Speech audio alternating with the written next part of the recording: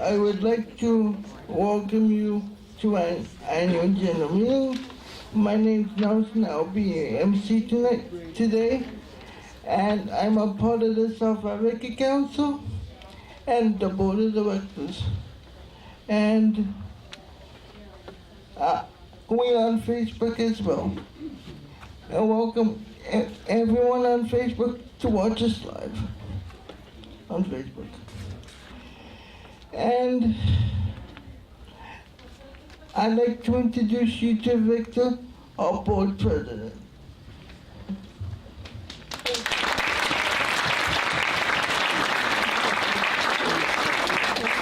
Thanks, Nelson. Good morning, everyone. My name is Victor Figueiredo. I'm the chair of the Board of Directors of Community Living Toronto. Echoing Nelson's sentiments, I'd like to thank all of you for joining us. I changed my glasses, sorry. What happens when you get old?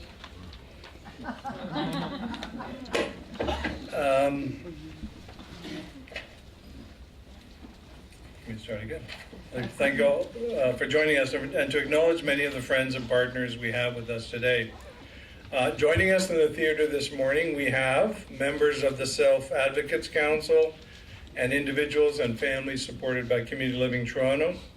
We're also pleased to welcome all members of our association, representatives from other developmental services agencies in Toronto and across the province, representatives from the Canadian Association for Community Living Ontario, and Oasis, members of our Patrons Council, past board presidents of Community Living Toronto, and the current members of our board of directors. We also welcome our colleagues from QP Local 2191, as well as all Community Living Toronto staff and the senior leadership team from Community Living Toronto. We are especially delighted to welcome our guest speaker for today's meeting, the Honorable Lisa MacLeod, Minister of Children, Community and Social Services, and all our other guests from the ministry.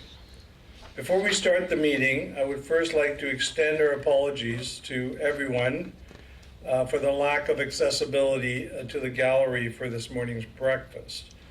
As you saw this morning, Alliance Française is undergoing construction, which has impacted the accessibility of the building.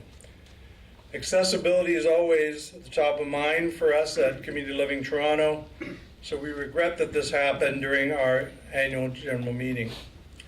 Please accept our apologies and rest assured that we'll plan around this accordingly for next year. This morning, as members of the association, you'll be asked to approve the revised association bylaws and letters patent, as well as the slate of candidates as prepared by the Governance Committee for the Board of Directors for the upcoming year. You'll also hear a report from our Treasurer, Michael Chalice, on our current financial status. A detailed and very colorful annual report, supposed to have one here. Sorry, I don't have a copy, but pretend I do. Which highlights the year's activities, achievements, and finances has already been provided to you. Hopefully you all got one on the way in. Brad Saunders and I have also prepared a report for this morning to provide you with additional detail on some significant projects and achievements of our staff, volunteers, and partners. We will speak to you on some of these later in the meeting. Extra copies of the reports are available just outside the theater. Once again, a warm thank you and welcome to our many friends and partners from other agencies and from across the city. We value our relationship with each of you, and we know that our collaboration with you has helped us better support and serve our communities. I would like to introduce the Honorable Lisa MacLeod. She's the Minister of Social Services and Children and Community Services.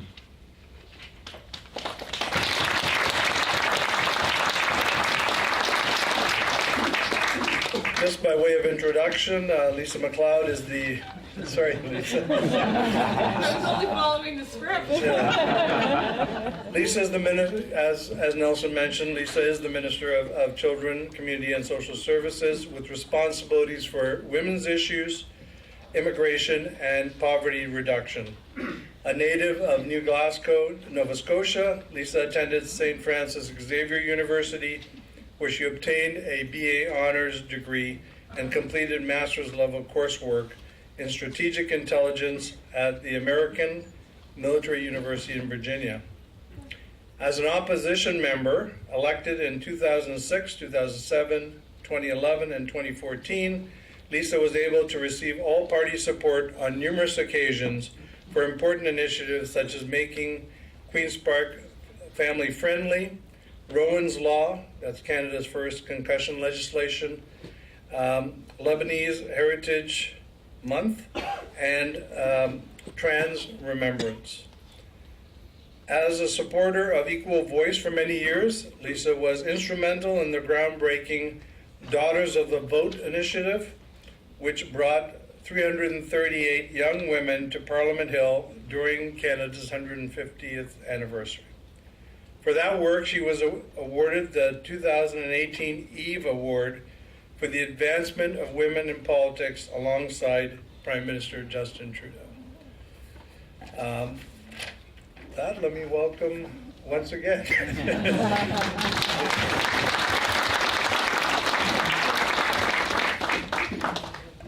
Thanks very much, Victor. Thank you very much, Nelson. It's been a pleasure getting to know you this morning.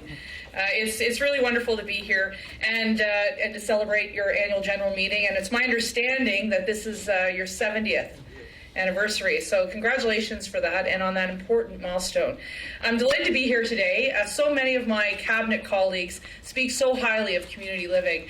And just yesterday we were having a conversation and Vic Fideli, our finance minister, Sylvia Jones, our Minister of Tourism, Culture and Sport, and Jim Wilson, our economic development minister, were all talking about the great work that you're all doing in their communities.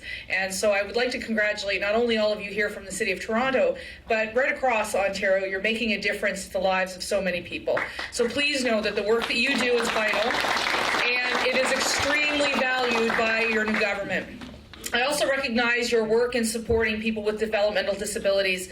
And as your new minister, I want to say and I want to assure you that I appreciate your dedication to ensuring the inclusion and participation for everyone in all aspects of society. I can't underscore that and how important it is to me that you continue to do that. You truly are helping people reach their potential and live their best lives. And I think that work that you're doing is noble and it's very important and it's very valued, not only by my ministry, but in particular by me. You are helping to give a voice who have a difficulty being heard sometimes in the province. As it was mentioned, I grew up in a small town in New Glasgow, Nova Scotia. Matthew and I have that in common. He grew up in Inverness, I grew up in New Glasgow. My town was less than 10,000 people. Everyone knew one another. In fact, most of us were related to each other. But I know, and I often say the town of 10,000 people, there's about 9,998 now. Like the population is dwindling, which is quite different than the constituency that I represent in the city of Ottawa, which is a very fast-growing area. But having grown up in a small rural community, I know firsthand the importance of people coming together under a common goal and helping neighbors help themselves. My family and I were very big supporters, and my family that's still living there still are, of an organization called Summer Street Industries. It was a very happy place, it still is, that matches people and opportunities together. And they're really working very much like you are here. And they do that through social enterprises, through events, and they work with local businesses. So I carry that spirit of community with me and in my job today. I look forward to working alongside all of you to shape public policy and bring greater awareness for those who need your help and those who can contribute meaningfully in Toronto and elsewhere, so that we can have an added hand up for the people that are so vulnerable that you support. Whether it's in my home of Ottawa, and thank you very much. I know that there have been many of you who have spoken to me today about the tornado that's affected my neighborhood, and maybe I'll just say a few words about that as well as give you a bit of an update. Around 6 p.m. on Friday night, my community was struck by a tornado. They now say 6 tornadoes hit the city of Ottawa, and we sprung into action. And I want to sort of talk to you a little bit about this because I want you to know who I am as a minister, not just the person that was appointed by the Premier and is here with responsibilities, but why I actually love the portfolio that I've been given is because I'm very much a people person, and I'm very much a person who wants to be more of a community advocate than a politician. And when that tornado hit my community and the neighborhood next door, and I just arrived from Toronto, my husband, who had served in the military and had been to Afghanistan and to the Ukraine, he steadied me and he said, "Honey, I need to prepare you for what you're about to see. It looks like a war zone." For somebody who's actually been to war zones, I was quite shocked. But what I saw was the devastation with roofs blown off, mature trees on top of homes and cars. It really was a miracle no one died. And the next morning, about 8 p.m. Friday night, myself, my city councillor, and a community-minded friend of ours decided we were going to set up a command center. And over the next 48 hours, we fed 10,000 people. 10,000 meals. And it started out just us paying for it, and we realized we didn't have the capacity to continue that. So we used our Twitter feed. And you know what happened? And this is the spirit of community. And this is what I think we need to do. We need to do more of it, and we're going to do this together. The spirit of community, by activating people and throwing out and challenging them to pick up the cause and be part of it, really was miraculous. We put out on Facebook and Twitter that we needed breakfast. So a wonderful man who owns a grocery store and whose food was going to be spoiled brought 4 big carts full of eggs. The next person came, it was 100 dozen ears of corn. And when we had 100 dozen ears of corn that was donated, we needed butter. So we put out a call for the butter. Then the butter came, and then we ran out of water, and the water came. Home Depot came with a cube van. And so we use the power of social media, and as a politician, I've seen the negative effects of social media, but I can tell you I saw the positive effects of social media, and I saw the positive effects of my community. So those who have asked, thank you very much. We're back at it. Our power has been restored, and we have seen in the darkest of clouds, the biggest of silver linings. And so I just wanted to impart that to you, because that is very much the type of person I am. So whether it's my home in Ottawa or right here in Toronto, anywhere in Ontario, really, we all deserve to work together so that people can live independently and that they can live with dignity. And we were able to do this past weekend. But I want to get back to the work that you're doing. With partners like Community Living here in Toronto, we can work together to focus on providing programs and services that are not only responsive, but are people-oriented and centered, whether they're children, youths, or adults. And as your new minister, I'm grateful to be able to partner with you as the minister responsible for children and youth, as well as all of those ages for the most vulnerable. As was stated, my ministry now combines the work of 5 ministers from the previous government. So that is children and youth, community and social services, women's issues, poverty reduction, and citizenship, immigration, and refugees. And I found out through the newspaper that I was the Minister of Immigration and Refugees because it wasn't in the title. It was a surprise, Lisa. But it's been fun. But Ontario's most vulnerable are really counting on me and this new Ontario government for the people. Our ministry that we all work for and with the best interests of. This ministry is the heart of our new government. As you notice, those titles I rhymed off are all people-centered, and they're all mostly Ontario's most vulnerable and at risk. So helping to make Ontario a better place where the vulnerable can stabilize, get a hand up, and realize a better life is what has gotten me up and moving for the past 3 months. My plan is to show the heart of this government, ensuring that we are customer service oriented and to make sure that those most in need of help get it. After spending 13 years in opposition, I consistently remind my team, whether that's my political staff, my constituency staff, or the ministerial staff, that if someone is calling on us, we are often that person's last hope. The people who need my ministry are my number 1 priority. I also recognize that government cannot and should not do it all alone. As I witnessed this past weekend, it wasn't government who fed 10,000 people. It was the people who fed 10,000 people. So for us to build a more compassionate society and to lift more people out of challenging circumstances, we truly need neighbors to help neighbors. With this in mind, it's important in my new role as minister to encourage and facilitate the private and not-for-profit sectors to be part of the solutions to the challenges that we face. My personal philosophy is that together we can build a better and broader support network in Ontario that helps more people. And I'm proud of my new role in this work. There's no greater honor than being an advocate for Ontario's most vulnerable people. I'm committed to working hard to making sure that the people with developmental disabilities that you all serve have the appropriate support that they need. So once again, I'd like to sincerely thank you for all the work you do to help people fully participate at home, at school, at work, and in our communities. You truly are making a difference. And if I may say before I conclude, I set policy and I send money.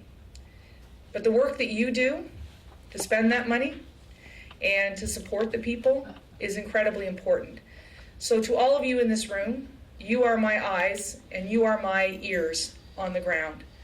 I need you to tell me what's going on. I need you to be open with me.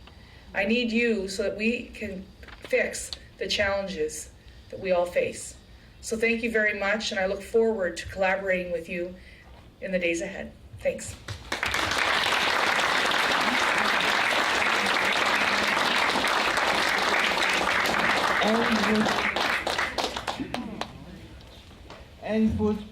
And for speaking for us today for our annual general meeting, we'd like to Honorable Lisa McLeod to accept this award for a token of appreciation. The minister has to make it back to Queen's Park for a question period, so we're just going to give her her gift and then she will. Oh, okay, you know what? So I am a really people person, as I told you. This is the first time anyone's ever told me I needed a mic because my voice is going so loud. It is so true. Somebody told me to speak up yesterday. I'm like, are you really speaking to me? But anyway, thank you very much for this. I want you all to know this. I really take this role very seriously, and I know I represent Ontario's most vulnerable. So when I go out on the road and I receive something like a painting. It's from one of your clients? It is from Alex. Oh, excellent. So I go and I'm collecting pictures and I'm collecting banners and cards, and I put them in my ministerial boardroom so that when my staff come in, they actually see the artwork and the love and the caring of the people who I've met out in the field. And so this will hang in my boardroom, and it will be a constant reminder to the people that work for me as well as for me, that the people we represent and the people we set policy for and the people we're sending money to matter, and that they're capable of anything as long as we can give them a hand up. So thank you very much for this. This is a tremendous honor, and it's my favorite part of being minister is actually receiving these things so I can put them in my boardroom. So thank you very much. Thank you very much, Minister. We'll just do a quick picture.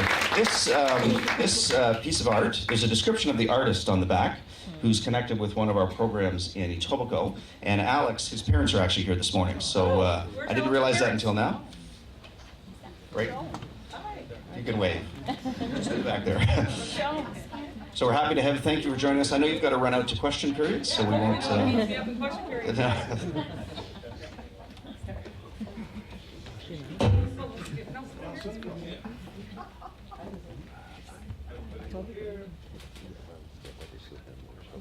Thanks, everyone.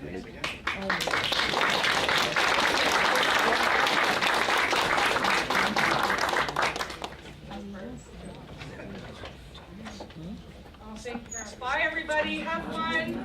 Thank you.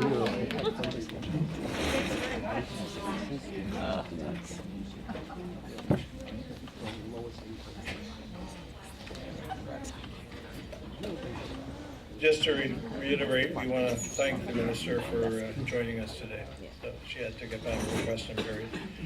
We can now move to the business part of our meeting. The minutes of the 69th annual general meeting that was held on Thursday, September 21st, 2017, were mailed out to all voting members.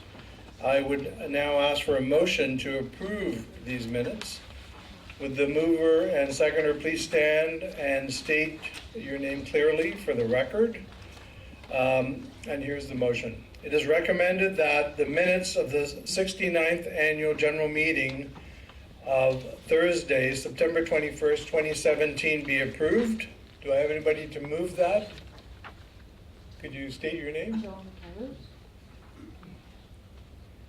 Seconder?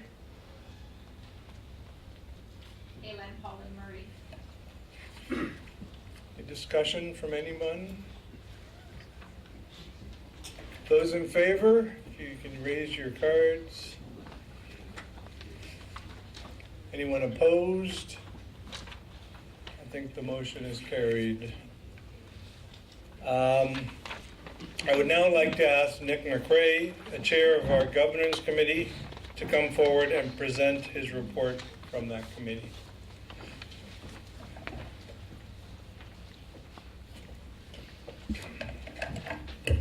Thank you, Victor. Good morning, everyone. Good morning. Over the last year, the governance committee to the board worked to review and update the association bylaws and letters patent so they are aligned with the strategic direction of the association. The revisions to both the bylaws and letters patent were mailed to all voting members for their review prior to the AGM. I'd like to highlight a few of the revisions. Surprisingly, after many years, the R word has been removed from the letters patent and replaced with people with intellectual disability. In the new bylaws, Community Living Toronto will reduce the size of its board with the number of directors being set at 12. This will be achieved over time through attrition. This number is in line with governance leading practices to reduce the size of boards to improve discussion and decision making. This number is also in line with what is a common board size for the size of organization of Community Living Toronto. It is also recommended that board terms be changed to 3 years with a maximum of 3 terms in succession. This 3-year cycle will provide better continuity and more experience at the board table.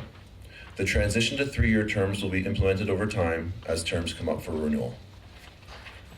With regard to the new committee structure, the only committees that are outlined in the new bylaws are the Executive Committee and the Governance Committee, which will report directly to the board.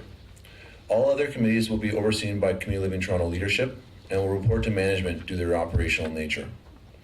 With the new bylaws, regional councils will retain their importance and be given more flexibility. Councils will no longer be required to host their own regional AGMs, produce annual reports, or appoint a regional officer.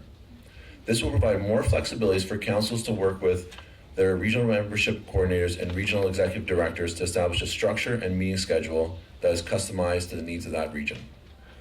These are just a few of the highlights of some of the changes to the letters patent and bylaws of the association. These changes will improve the efficiency and effectiveness of the board and allow for increased stability. Working to update the bylaws and letters patents was a tremendous undertaking, and I would like to thank all of the self-advocates, board members, staff, and others who played a role in this process. I would now ask for a motion to approve the changes to the association bylaws and letters patent. Would the mover and seconder please stand and state their name clearly for the record?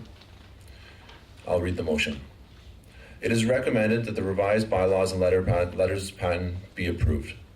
May I have a mover, please? Colleen Broadhurst. Thank you, Colleen. May I have a seconder? Edward Lau, thank you. Any discussion? Those in favor? Opposed? Thank you very much. I guess motion carried. The members of the Governance Committee also worked very hard throughout the year to present you with candidates who will continue to provide a wide range of experience, diversity, and skills to the Board of Community Living Toronto and its committees. Membership of the Governance Committee represents Board of Directors, each of the regional councils, and the Self-Advocates Council. Thank you to the committee for all their commitment and hard work. This year, there are 3 returning directors whose current terms have ended and who have been nominated to stand for re-election: Donald Hale, Michael Chalice, and Victor Figueredo. In addition, Lisa Ellis and Colleen Broadhurst will be retiring from the board. The board thanks them for their dedicated service to the association. With the recent changes to the association bylaws, very recent changes, the required number of board members has now decreased, so these vacancies will not be filled at this time. Earlier this year, we lost a dear member of the Community Living Toronto family. David Layton was not just a board member and past president of the association. Throughout the years, David made so many meaningful contributions to Community Living Toronto and the entire developmental services sector as a parent, a donor, a volunteer, and a tireless advocate. David brought a contagious energy and optimism to Community Living Toronto. His generous donation of time, skills, and expertise were invaluable to us. He always brought a unique, level-headed perspective and was always prepared to champion an idea he liked or challenge an idea that he didn't like. Driven by the love of his daughter, David's passion to make the world a better place for the people we support will be greatly missed at the board table and across the association. For this time, the vacancy left on the board after David's passing will not be filled. The governance committee is recommending that a slate of 3 nominees be approved for a 3-year term without a formal ballot. Consenting to serve on our board of directors is a serious commitment. Each of the candidates has provided their written consent to serve and have indicated their commitment to the association's purpose and objectives. From working with these directors, it is evident that they all share a deep commitment to Community Living Toronto and bring a wealth of experience and tremendous skills to the board table. With that, I'll move forward with the motion. It is recommended that Michael Chalice, Victor Figueredo, and Donald Hale be approved for the 3-year terms, 2018 to 2021, on the Community Living Toronto Board of Directors as recommended by the Governance Committee. May I have a mover? Alfredo Drenach. Oh, Alfredo. Alfredo, thank you very much. A seconder? Ruth Nagy. Ruth Nagy, thank you very much. Any discussion? All those in favor? Thank you. Those opposed? Thank you. Motion carried.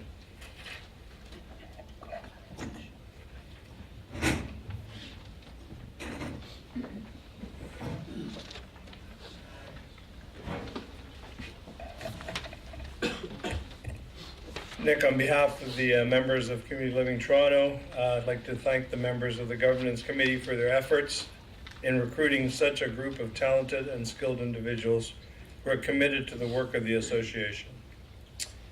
Earlier, I had referenced the annual report that you all received, either by mail or when you arrived this morning. We encourage you to take the time to read the report as it highlights so many important accomplishments from this past year. As a leader in the developmental services sector, Community Living Toronto has a responsibility to advocate for the needs of people we support, while also taking action to increase our capacity to provide relevant, innovative, and accessible solutions. Our board and its committees are supported by a committed and talented group of volunteers who devote close to 3,000 hours a year to the governance and strategic direction of this great association. I'm going to quickly highlight some examples of their work this past year.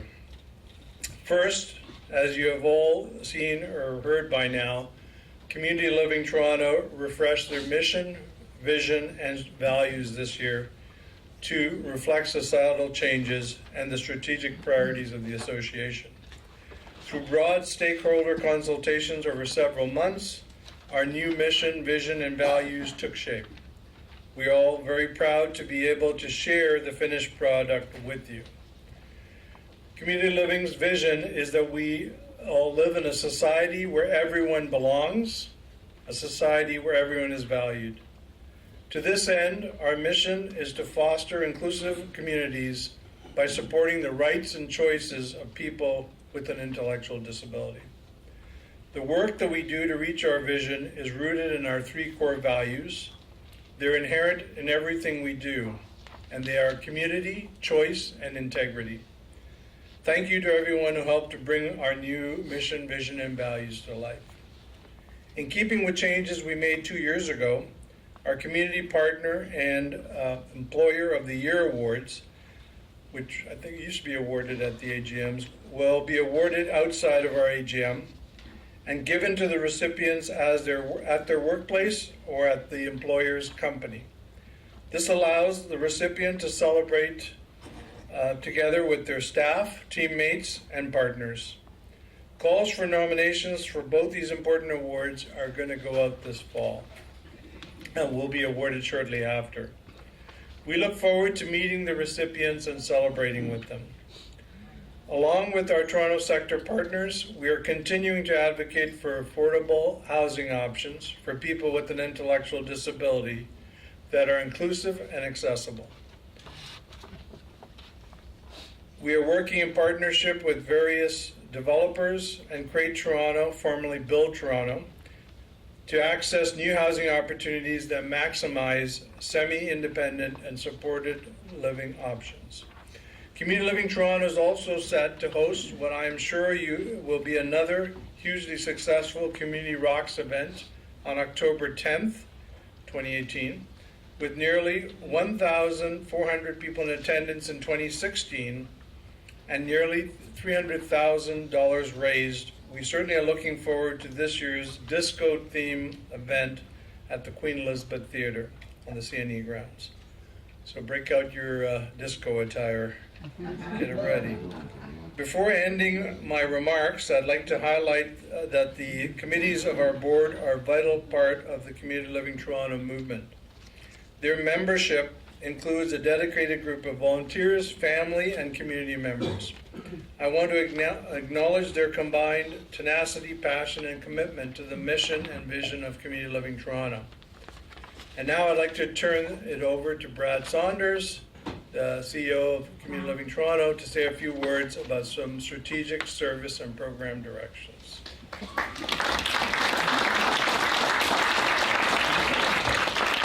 Good morning, everyone. Thanks for joining us this morning. From early each day into late each evening, from sunrise to sunset, and into the wee hours of the morning, staff from Community Living Toronto are always working hard, connecting with people, offering support and guidance to more than 4,000 individuals each year.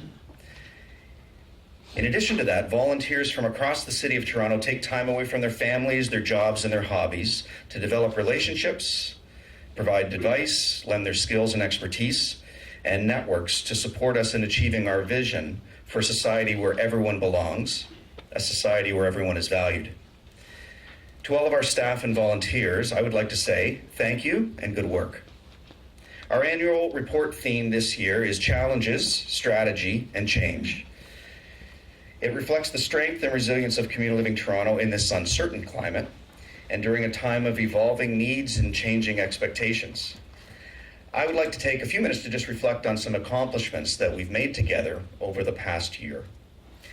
First of all, our Community First program. This past year, we ended our sheltered work program as of the end of December 2017, after many years of being involved in that endeavor. Community First is our approach to supporting people who would previously may have gone into a sheltered work environment.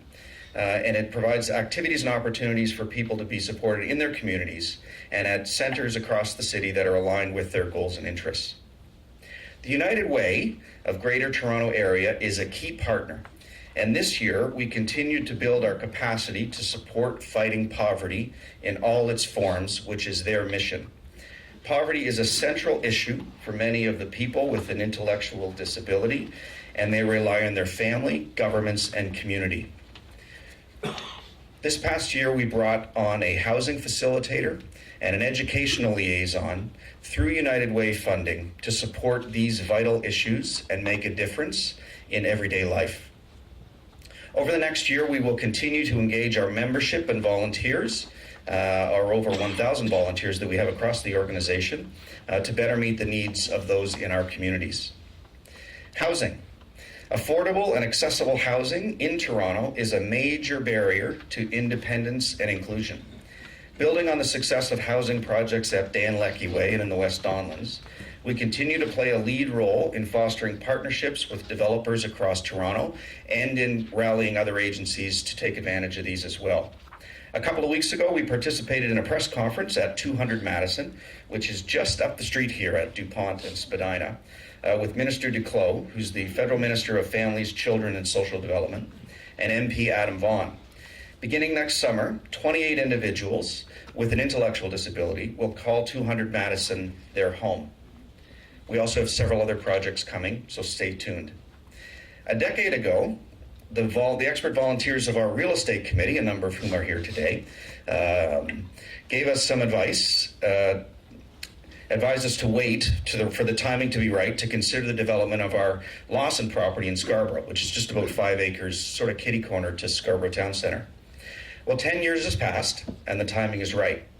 We have begun to consider how best to use the property at Ellesmere and McCowan to meet the needs of individuals with an intellectual disability and their families, as well as the neighborhoods surrounding Lawson, to better meet the needs of the broader community.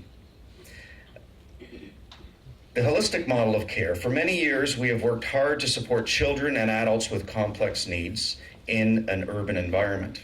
I'm very proud of the work that we have done in this area and the progress we've made over the past several years.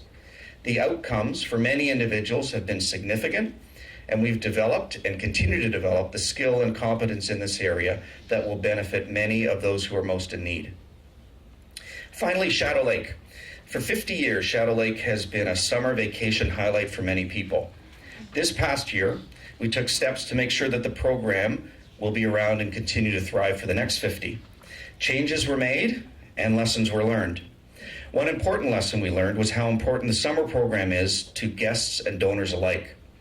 We will continue to upgrade the camp. We're committed to our investment in summer staff and look for ways to use this beautiful facility all year round. Finally, as your CEO of the association, continue to serve with a great degree of gratitude for the opportunity. It's been one of the highlights of my career, and I'm honored and privileged to serve in this role. Thank you.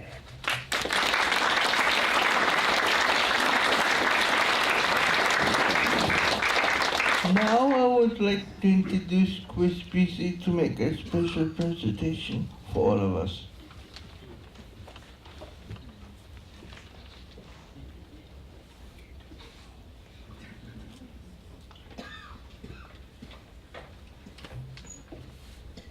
Thanks, Nelson. Good morning, everyone. As Nelson said, my name's Chris Beasley, and I'm the CEO at Community Living Ontario.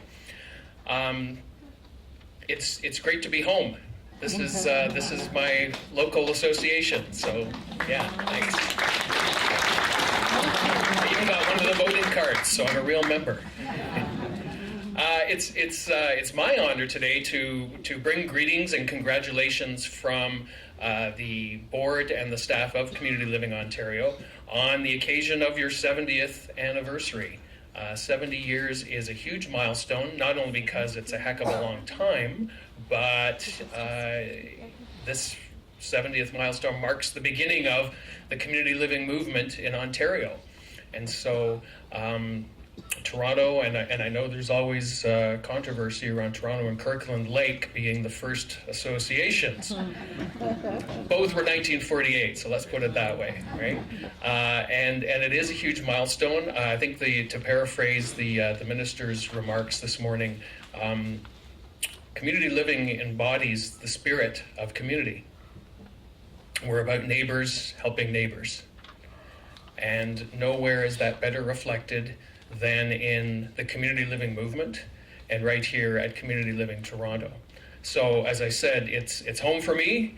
It's an absolute pleasure. As I said to Gary at the breakfast here, I mean, this as a parent, this is where I live, and I also get paid to be here. So how great is that? Right? So it really is a pleasure, and I'm always glad to be at these events. As I said, if it wasn't my job, I'd still be here anyway.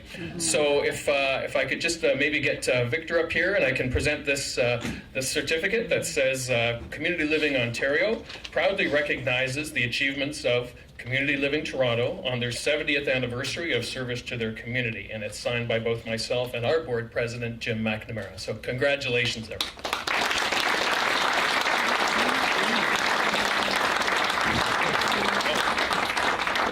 I guess we have the photo op. Is that it? Great. Thanks very much. Yeah.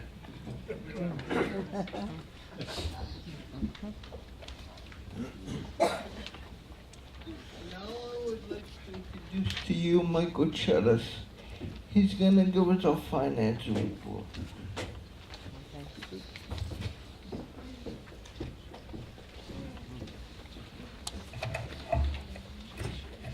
thank you, Nelson. Good morning, everybody. In the annual report sent to each member of Community Living Toronto, there's an overview of our finance report. Each member has also received a copy of the financial statement and the auditor's report for the year ending March 31st, 2018, when you arrived this morning. Audited and signed financial statements are also available upon request through the CL Toronto Executive Office at 20 Spadina Road. I would also like to take this opportunity to thank Chief Financial and Information Officer Flavian Pinto, as well as Director of Finance Betty Yam, and their team for their continued hard work and dedication. As in the past few years, fiscal 2017-18, we continue to operate in an environment of austerity and restraint. With no increases to annual operating budgets for the past number of years, Community Living Toronto and the rest of the developmental services sector continue to be challenged managing rising costs of operating services within these fixed budgets, while also supporting individuals with increasingly complex needs and rising costs. Fiscal funding was provided at the end of the year by our various funders, which helped to provide stability and keep the association finances on track. In addition, since 2008, we have also seen the significant impact of low interest rates on our pension plan, which has been responsible for volatility on our balance sheet and a draw on our cash position. This situation is not unique to Community Living Toronto. With the leadership and expertise provided by our pension subcommittee, the board has been able to manage and mitigate these risks to ensure that this does not affect the viability of our organization, sustainability of our pension plan, nor the quality of services and supports provided. Despite these significant challenges, we are pleased to see positive operating results. 3 years ago, we were seeing a significant deficit, and now, in 2018, we are at a near balanced budget. We have achieved these results while continuing to provide the highest quality of services and supports to nearly 4,000 individuals, which is no small feat. We have continued to keep administrative costs low, despite the increasing requirements associated with transformation and administrative requirements of ever-changing legislation, regulations, and funder requirements. Our goal continues to be to maximize funds spent on providing services and supports while minimizing administrative costs. For 2017-2018, total revenue was $87 million. Approximately 80% of the revenue was received from the Ministry of Children, Community, and Social Services. The remainder was received from a variety of sources, including City of Toronto, the United Way of Greater Toronto, our fundraising efforts, fee-for-service programs, entrepreneurial ventures, and user fees. Total expenses were $85.9 million. Through our prudent initiatives to reduce costs without sacrificing services, we ended the year with a total surplus of $1.1 million. Financial results of Community Living Toronto are prepared by staff and are fairly presented in accordance with generally accepted accounting principles. These financial results have been audited by our external auditors, KPMG. Again, I wish to thank Flavian and Betty and their team for making my job as treasurer run so smoothly. And if you have any questions, Flavian or I would be happy to respond.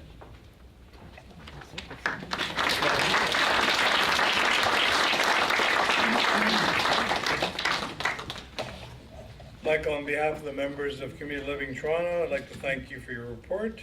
I know that you have invested many hours to ensure that all areas of Community Living Toronto's finances comply with the requirements of government, other funding bodies, and the Community Living Toronto membership. Michael will now put forward the following motions to the membership. One, to approve the financial statements, and the second, to approve the appointment of the auditors for the coming fiscal year. Okay, I move that the members of Community Living Toronto approve the audited financial statements for the year ending March 31st, 2018. Moved by myself. Is there a seconder? Susan McClung. Those in favor? Is there discussion, anybody? Those in favor? Any opposed? Motion is carried. Okay, I further move that the firm of KPMG be reappointed as auditors for Community Living Toronto for the fiscal year 2018-2019. Moved by myself. Do we have a seconder? Oh, Nelson. Thank you, Nelson. Discussion? Those in favor? Opposed? Motion is carried. Thank you. Thank you.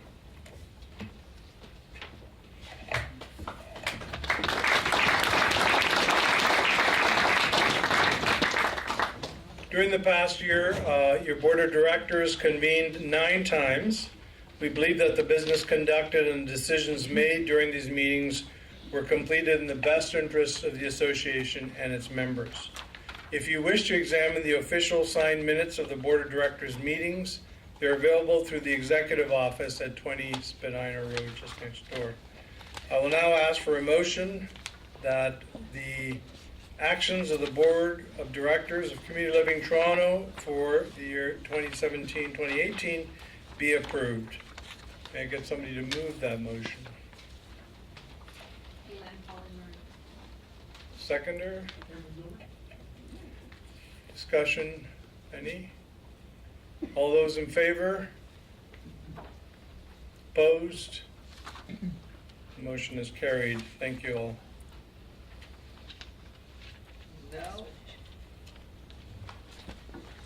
Now I would like to thank all the donors that help Community Living Toronto. Without you, we can't do half of the things we do for the people we support.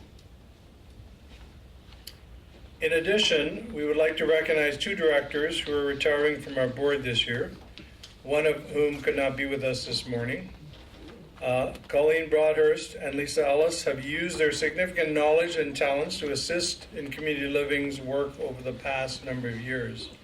Their contributions have been extensive, and I'd like to take this opportunity to thank them for their service as invaluable contributors to the vision of Community Living Toronto. Lisa could not, as I mentioned, one of them could not be here today, which is Lisa. She could not be here. So I'd like to ask Colleen to come forward to accept this token, a token of our thanks and appreciation.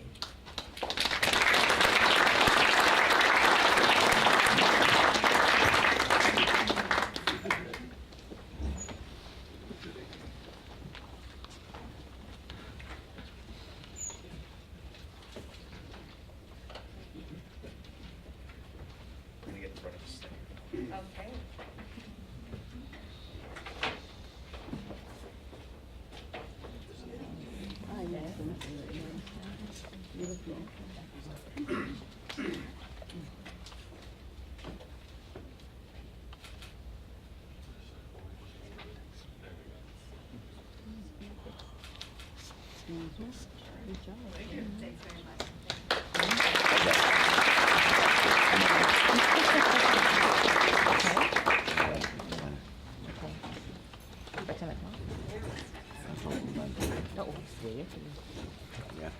Thank you, Colleen.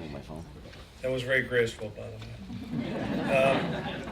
We would like to recognize the Public Relations and Fundraising team for another outstanding annual report this year.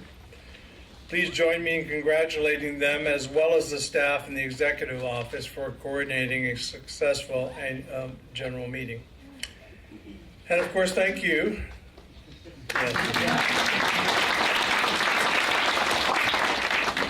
And of course, thank you to all the members and staff who helped to make this a great morning. Thank yourself. Before we adjourn, I would just like to ask the Board of Directors to please join me next door at 20 Spadina Road for a very brief board meeting. This brings the 70th annual general meeting to a close. I'd like to ask for a motion to adjourn this meeting. It is recommended that the 70th annual general meeting of Community Living Toronto be adjourned. I would like to have a mover. Anybody who wants to get back to work or home? Emery. And seconded by someone? Mrs. McCloughan. Discussion, anyone? Those in favor? Opposed? The motion is carried. Thank you all for being part of our annual general meeting.